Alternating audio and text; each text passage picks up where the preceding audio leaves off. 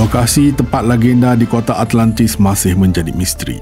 Plato menyebut bahawa ia berada di luar wilayah jajahan Kadira dan terletak di antara Afrika dan Amerika. Tempat tersebut hilang secara tiba-tiba, ditelan lautan akibat beberapa bencana. Malah dikatakan dilaknat Tuhan. Ini adalah mitos Atlantis dan ia terkubur di lautan Atlantik atau di sepanjang pantainya. Tetapi ia masih belum ditemui, menjadikannya legenda sejarah yang masih misteri. Walau bagaimanapun, pada tahun 1986, penemuan mengejutkan di luar pantai Jepun membangkitkan rasa ingin tahu.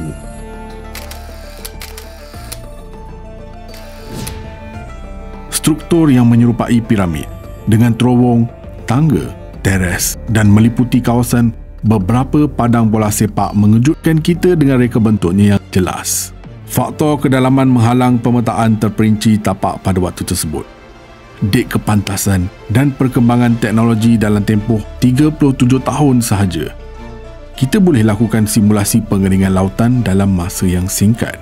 Hari ini kita akan melihat imej yang sangat terperinci dan realistik tentang perkara yang boleh dilihat jika kita mengalirkan lautan di tempat misteri ini.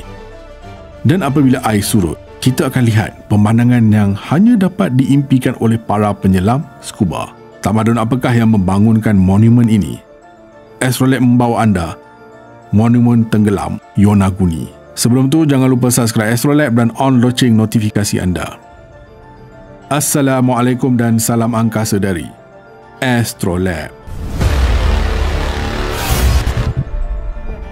Sekilas fakta, Pulau Yonaguni menandakan titik paling barat dan selatan Jepun.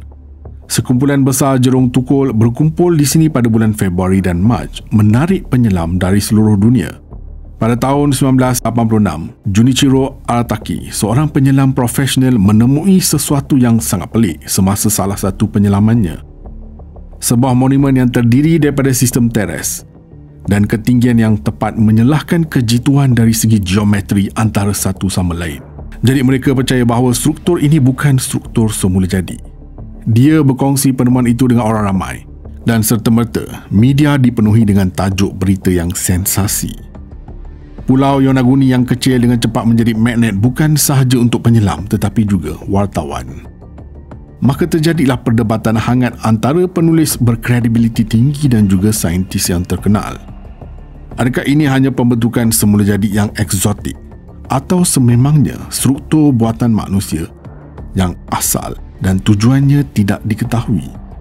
Apa yang istimewa tentang tempat ini? Mengapa ia menarik perhatian ramai orang? Kekal hingga akhir video ini bagi mengetahui jawapannya. Selama beberapa dekad ini, terdapat beberapa ekspedisi serius ke Monumen Yonaguni dalam misi mencari bukti kukuh yang memihak kepada teori semula jadi atau buatan manusia. Dan mereka memang menemui sesuatu. Sebelum kita meneliti bukti, artifak atau kesimpulan, jom kita tembusi lautan ini menerusi teknologi canggih kita dan melihat objek besar ini jika air telah hilang sepenuhnya. Kita akan keringkan lautan sekarang dan melihat apa yang ada di dasar. Menerusi simulasi yang dijalankan, air yang disurutkan mulai menampakkan beberapa struktur. Serta-merta, bahagian atas struktur misteri itu muncul kerana ia terletak hanya beberapa meter di bawah garisan air. Air terus surut dengan cepat mendedahkan paras baru teres kepada kita. Ia muncul dengan mendadak, menunjukkan pembinaan monumen purba yang unik ini.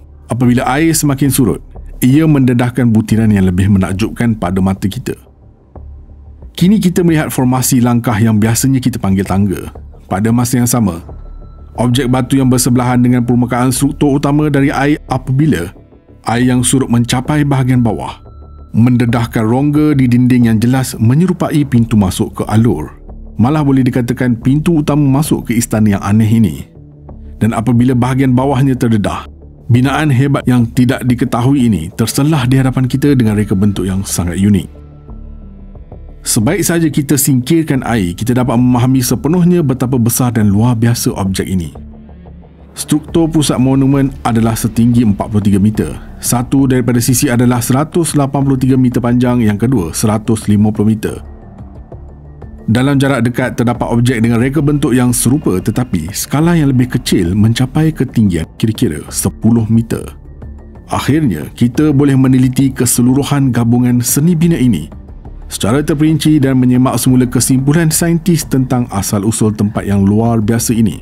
Seorang saintis Jepun melakukan penyelidikan lebih 10 tahun dengan menyelam di bawah air untuk mencari fakta dan bukti baru.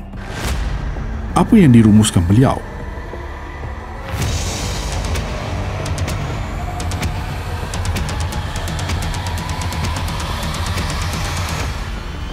Bentuk monumen menyerupai piramid atau istana. Monumen ini mempunyai banyak anak tangga kecil setinggi kira-kira 20 cm yang boleh digunakan sebagai tangga yang bentuknya bersambung antara satu sama lain. Beberapa unsur monumen ini tidak mungkin terbentuk oleh ombak dan pergerakan air. Monumen itu bersepadan dengan sesuatu seperti jalan raya. Tidak mempunyai serpihan batu menunjukkan bahawa terdapat kekemasan pada strukturnya. Jalan itu dikelilingi oleh batu. Saintis menunjukkan ciri menarik lain di bahagian bawah. Kita melihat sesuatu yang jelas menyerupai gerbang pintu masuk istana yang ditinggalkan. Dan sememangnya, terowong menghala ke monumen. Di hujungnya terdapat laluan membuka ke tangga. Juga di sini, kita melihat bonjolan menyerupai busut berbentuk pelik seperti bentuk penyu. Lebih-lebih lagi, di bahagian atas monumen, kita melihat ceruk segitiga yang aneh. Sifat dan tujuannya sama sekali tidak jelas. Sebaik saja air surut, tempat ini serta-merta menjadi sangat mirip dengan kolam eksotik. Mungkin tempat bersantai untuk ahli tamadun yang tidak diketahui. Tapi di sebalik semua petunjuk yang jelas tentang simulasi ini, kita dapat menyimpulkan melalui bukti yang meyakinkan mengenai jejak pencipta monumen itu sendiri dan sememangnya saintis telah menemui sesuatu. Semasa salah satu ekspedisi, penyelidik menemui beberapa batu artifak yang digerudi dengan simbol pengikis primitif dan juga sesuatu yang menyerupai lukisan haiwan tertentu yang menyerupai lembu jantan. Jejak yang ditemui benar-benar memberi input yang baik, akan tetapi timbul beberapa isu. Pertama, penemuannya agak terhad. Kedua, penyelidikan menunjukkan bahawa artifak ini bukan milik legenda Lemuria tetapi budaya Ryukyu tempatan dan usia mereka tidak melebihi 2 hingga 5,000 tahun. Semasa penyelidikan, saintis mendapati bahawa keseluruhan struktur batu adalah monolit, bukan sesuatu yang dibina daripada blok. Selain itu, jisim ini terdiri daripada batu pasir, sejenis batuan yang cenderung retak di sepanjang datarannya. Oleh itu, garis lurus, sudut tajam dan permukaan menyerupai kerja bata dan sebagainya. Pulau-pulau Jepun adalah kawasan yang sangat aktif secara sismik. Oleh itu, keupayaan batu meletak yang ketara tidak menghairankan, terutamanya pada sudut 90 dan 60 darjah antara satu sama lain, yang membawa kepada pembentukan bentuk geometri, segi empat tepat, segitiga dan rhombus. Bagaimanapun, saintis menyuarakan pendapat bahawa monumen itu mungkin telah diubah suai oleh manusia. Untuk tempoh masa yang lama, saintis percaya bahawa monumen itu adalah buatan manusia, dan inilah sebabnya. Walaupun terdapat persamaan batuan Yonaguni, terdapat perbezaan yang sangat ketara di antara mereka. Dalam kawasan yang terkurung, unsur-unsur jenis yang sama sekali berbeza berakhir dengan sangat dekat antara satu sama lain. Contohnya, muka dengan tepi tajam berlubang yang bulat, tangga untuk turun dan parit sempit lurus yang sempurna. Jika puncanya adalah semata-mata hakikat semula jadi, adalah logik untuk mengharapkan bentuk yang sama di seluruh batuan. Hakikat bahawa unsur-unsur yang berbeza itu terletak sebelah menyebelah sesuai dengan simulasi yang dijalankan.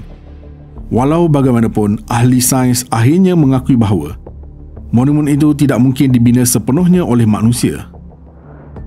Pada masa ini, saintis juga menyokong idea bahawa alam semula jadi mencipta bentuk awal yang kemudiannya dipertingkatkan oleh manusia. Buat waktu ini, tidak semua misteri Yonaguni telah terungkai.